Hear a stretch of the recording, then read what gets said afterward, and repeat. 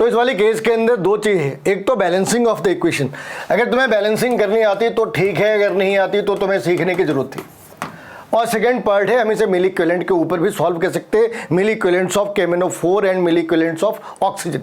लेकिन अगर तुम्हें ऐसा लगता हो कि मिली इक्विवेलेंट वर्ड तो NCERT से हटा रखी है, अब क्या करें, कुछ भी नहीं करने की जरूरत है, कुछ करना ही नहीं, इतनी बड़ी प्रॉब्लम नहीं, हम मिली मोल के ऊपर भी इसे सॉल्व कर सकते हैं। This can be solve on the basis of milli moles of KMnO4 that is going to be equal to milli moles of oxygen that is going to be generated.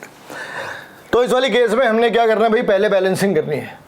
पहली काम है बैलेंसिंग, दूसरी काम है milli moles of KMnO4 is equal to milli moles of oxygen. अगर हमने ये दो चीज़ें कर ली तो चीज़ें आसान है, अगर हमने ये दो चीज़ें कर ली तो चीज़ें बहुत ही आसान है। तो सबसे पहले अगर हमने बैलेंसिंग करनी है तो इसके आगे 2 3 ये 5 तो ये आ गई 8 ये 5 और ये 2। तो ये बैलेंस थे, ये बैलेंस पार्ट है। अब अगर ये बैलेंस पार्ट है तो हमें फाइंड आउट करना है, किसने पूछा कि 100 ml हमने सॉल्यूशन ले रखी है और क्या ले रखी है 0.5 N। अब यहाँ पे normality is equal to molarity multiplied by valency factor और N फैक्टर बोले तो जो नंबर ऑफ इलेक्ट्रॉन एक्सचेंज हो रहे हैं, कब, जब हमने रिएक्शन करी है। तो इस वाले केस में पहले ये कितने थे भाई, इस वाले केस में पहले कितने थे +7 और अब कितने हैं +2। तो कितने इलेक्ट्रॉन हमने एक्सचेंज करे, कितने इलेक्ट्रॉन का एक्सचेंज इसके अंदर हमने नोटिस करा, आंसर है 5 इलेक्ट्रॉन। तो नॉर्मेलिटी है 0.5, कितने इलेक्ट्रॉन हमने एक्सचेंज करे 5 और मोलैरिटी को लेके रो रही है, ठीक है।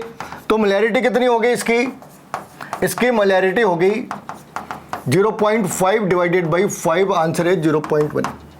अगर 0.1 मिली मोल्स है, अगर 0.1 मिली मोल्स है तो ये कितनी जनरेट होनी चाहिए, अगर 1:1 था तो ये भी 0.1 होनी चाहिए। लेकिन यहाँ पे 2 KMnO4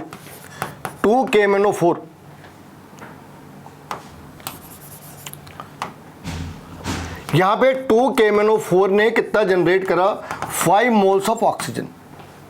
तो 0.1 ने कितना जनरेट करना है, 0.1 ने कितना जनरेट करना है 0.025। अच्छा यहाँ पे इस चीज का ध्यान रखना, ये 100 है ना, तो यहाँ पे 0.1 आ गई, ये 100, ये तो 0.1 है किसमें 0.1 इन 1000 ml। तो अगर हमने 100 ml ले रखा है तो वो 0.01 होना है। अगर ये 0.01 है तो इसने 0.25 क्रिएट करने से 2.5 टाइम्स ज़्यादा 0.25 क्रिएट करने हैं। अब 0.25 मोल्स की वॉल्यूम कितनी होगी, कौन से कंडीशंस के ऊपर में, STP कंडीशंस के ऊपर में। STP कंडीशंस के ऊपर में इनकी वॉल्यूम कितनी होगी, नॉर्मली कितनी होती है, 1 मोल की कितनी वॉल्यूम है 22.4 लीटर्स। 22.4 लीटर्स है फॉर 1 मोल। How many moles we have, we are having 0.025। तो अगर तुमने इसे मल्टीप्लाई करा तो आंसर आ जाने हैं 0.56 लीटर। 0.56 लीटर यानी थर्ड अपना सही आंसर है, that is going to be the right answer. अब यहाँ पे हम ऐसा भी कर सकते थे, मिली इक्विवेलेंट्स निकालते किसकी, KMnO4 की, और वहाँ भी हमने 2.5 टाइम्स कर रहे थे, वहाँ पे भी हम 2.5 टाइम्स कर सकते हैं। मगर यहाँ पे इस बात का ध्यान रखना है कि 1 मोल की जहाँ पे वॉल्यूम है 22.4 लीटर्स, वहाँ 1 इक्विवेलेंट वेट की वॉल्यूम कितनी हो जानी है। तो ऑक्सीजन के केस में क्या है -2 लिखते हैं ना, ऑक्सीजन के केस में ऑक्साइड क्या लिखते हैं -2, तो यहाँ पे उसमें उसको हम 2 से डिवाइड भी करने वाले। तो ये लेकर चीज़ें इस तरीके से जनरेट हो जानी है। मगर यहाँ पे ठीक है, अगर हमने मिली मोल्स को फॉलो नहीं करना, मोल्स के ऊपर करी, तो ये आंसर है ऑप्शन नंबर 3।